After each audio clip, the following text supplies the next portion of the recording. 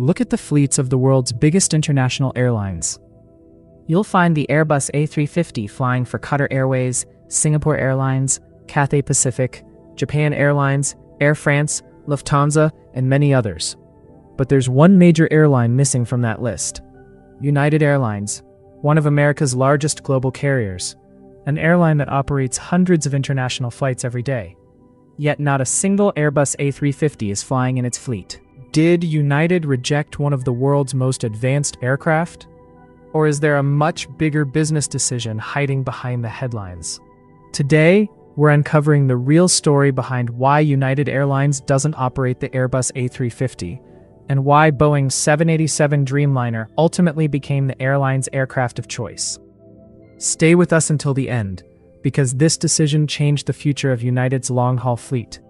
At first glance, United Airlines seems like the perfect customer for the Airbus A350. The airline operates an enormous international network, connecting North America with Europe, Asia, the Pacific, South America, and beyond.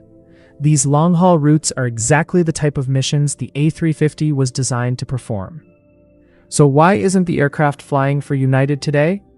The answer begins several years ago. In fact, United an order for the Airbus A350-900 through its 2010 merger with Continental Airlines. Continental had selected the A350 as part of its long-term fleet renewal strategy before the merger took place. When United and Continental became a single airline, that A350 order also became part of the new United Airlines fleet plan. For a while, everything appeared to be moving forward. Industry observers expected United to become one of the largest Airbus A350 operators in North America. But behind the scenes, airline executives were reevaluating their long-term strategy. Commercial aviation is constantly changing. Fuel prices fluctuate, passenger demand shifts, aircraft technology improves, and airlines regularly reassess whether existing orders still match future operational needs. During this period, Boeing was making significant progress with the 787 Dreamliner family. The 787 offered outstanding fuel efficiency, advanced composite construction, excellent passenger comfort, and, perhaps most importantly for United, multiple aircraft sizes. Instead of operating a single long-haul aircraft type, United could choose between the 787-8, 787-9, and 787-10, depending on route demand. That flexibility was extremely valuable. Some international routes required smaller aircraft with exceptional range. Others needed additional passenger capacity. The Dreamliner family allowed United to match the aircraft to the mission while maintaining fleet commonality. Pilots could transition more easily between variants. Maintenance procedures remained largely standardized. Spare parts inventories became more efficient. Over time, those operational advantages could save millions of dollars. Meanwhile, United had already built considerable experience operating Boeing wide-body aircraft. Its fleet included the Boeing 767, Boeing 777, and later growing numbers of Boeing 787 Dreamliners. Expanding an existing Boeing fleet often made more operational and financial sense than introducing an entirely new long-haul aircraft family. But there was another important factor: aircraft deliveries. As United refined its fleet strategy, the airline concluded that expanding its Boeing fleet better aligned with its long-term growth plans. The company repeatedly postponed deliveries of the inherited A350 order while evaluating market conditions and future aircraft requirements. Eventually, the decision became clear. United would move in a different direction, a decision that surprised many aviation observers and completely reshaped the airline's future long-haul fleet. By the late 2010s, United Airlines had reached a major turning point. Instead of introducing the Airbus A350 into its fleet, the airline chose to build its future around Boeing's newest long-haul aircraft, the 787 Dreamliner. This wasn't because the Airbus A350 was an inferior airplane. In fact, the A350 is widely regarded as one of the world's most advanced and efficient wide-body aircraft. Airlines such as Qatar Airways, Singapore Airlines, Cathay Pacific, Japan Airlines, and Lufthansa have successfully integrated it into their fleets. So why did United walk away? The answer was strategy. United already operated a large Boeing wide-body fleet, including the 767, 777, and an expanding fleet of 787 Dreamliners. Adding the Airbus A350 would have introduced a completely new aircraft family, requiring additional pilot training, maintenance programs, spare parts inventories, specialized tooling, and operational support. By continuing with the Boeing family, United could simplify fleet management and reduce long-term operating complexity.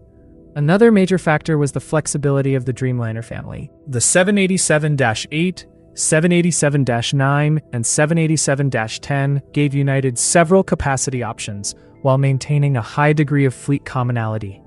This allowed the airline to match different aircraft sizes to different international routes without introducing another wide-body platform.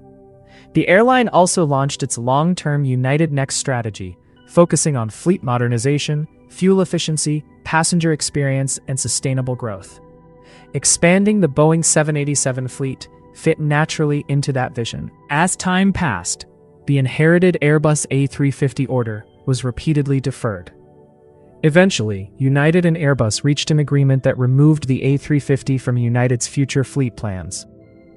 Instead, United continued placing greater emphasis on Boeing aircraft for its long-haul network.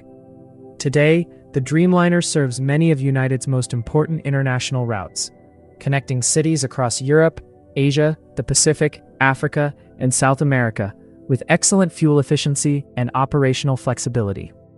Does that mean the Airbus A350 isn't a great airplane? Absolutely not. The A350 remains one of the finest long-haul aircraft ever built and continues to perform exceptionally well with airlines around the world. United's decision wasn't about choosing a better airplane.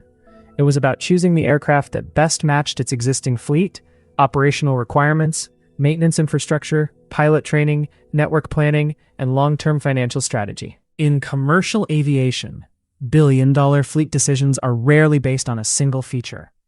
Airlines evaluate fuel burn, maintenance costs, fleet commonality, delivery schedules, route demand, financing, passenger experience, and decades of future operations before placing an order. For United, those factors pointed toward Boeing. For other airlines, they pointed toward Airbus. And that's exactly what makes the rivalry between Boeing and Airbus so fascinating. Both manufacturers build world-class aircraft. The winner often depends not on which airplane is technically superior, but on which one best supports an airline's unique business model. So the next time you see a United Airlines aircraft crossing the Atlantic or Pacific, take a closer look.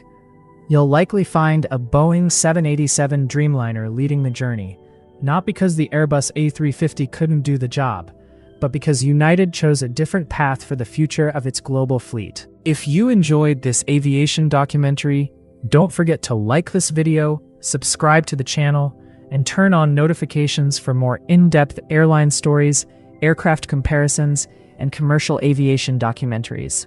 Thanks for watching, and we'll see you in the next video.